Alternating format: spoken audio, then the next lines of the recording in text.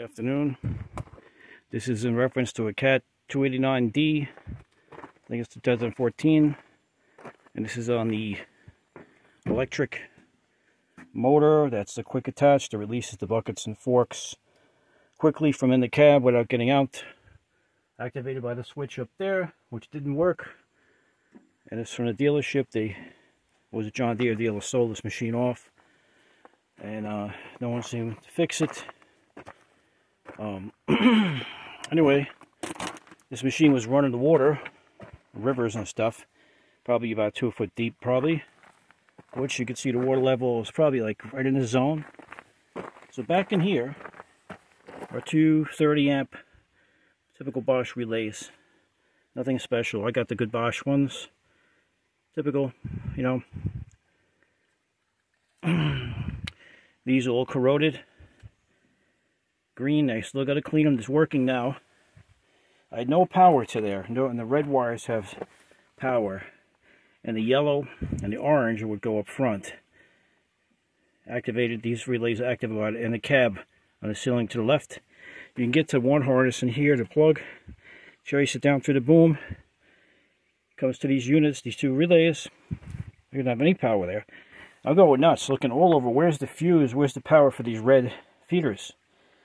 And I don't have a book here. I'm just going by, you know, process of elimination. Anyway, back in here is a big 30 amp fuse in there. A big 40 amp, I'm sorry, 35, 40, I think.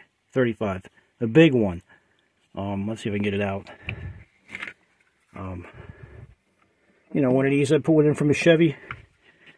Cleaned it out. It was all green. I'll show you right now.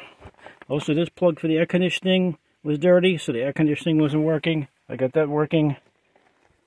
At a dealership, this probably would have been a few $1,000s. These are Cat relays. They came out. I mean, they're probably $100, knowing Cat. These are shot. They'll click, but they don't transfer the power. Because I've actually fixed these. This one I had working. I'll show you a quick trick if you're desperate and you don't have any money or you're somewhere. This thing clicks. When you turn the button, it clicks, click, click right there. See it? A magnet. And transfer the power between the contacts right in there. Well, they were green and dirty. Very hard to clean it. You can get it with a needle file. You got to cut this off with a Dremel or a hacksaw real careful. You can glue it back with silicone, and this will work. Some of these relays are $70, $100, or even more dollars. But you could fix it if you really had to. I mean, I've done this before in cars and other equipment, just to get the machine running. You know, so that's something that might help someone. Anyway, this is the fuse that came out. It's all green. And the meter, the fluke meter, says no continuity. So you know what that means. So basically, three little parts there and some green crusties, and that's all it was. This wasn't in salt water, it was in rivers in Virginia, clearing out the highway culverts for a contract. I think it's like a 2014. Very good machine. But I could see it definitely was in the river, probably 2 or 3 feet. So beware, because your starter, I mean, your alternator is a little higher, but the starter's lower. Starters are fun to get to. The battery, not too bad. And there's an electric fuel pump there. Remember that. That should be clicking. And there's a filter under there.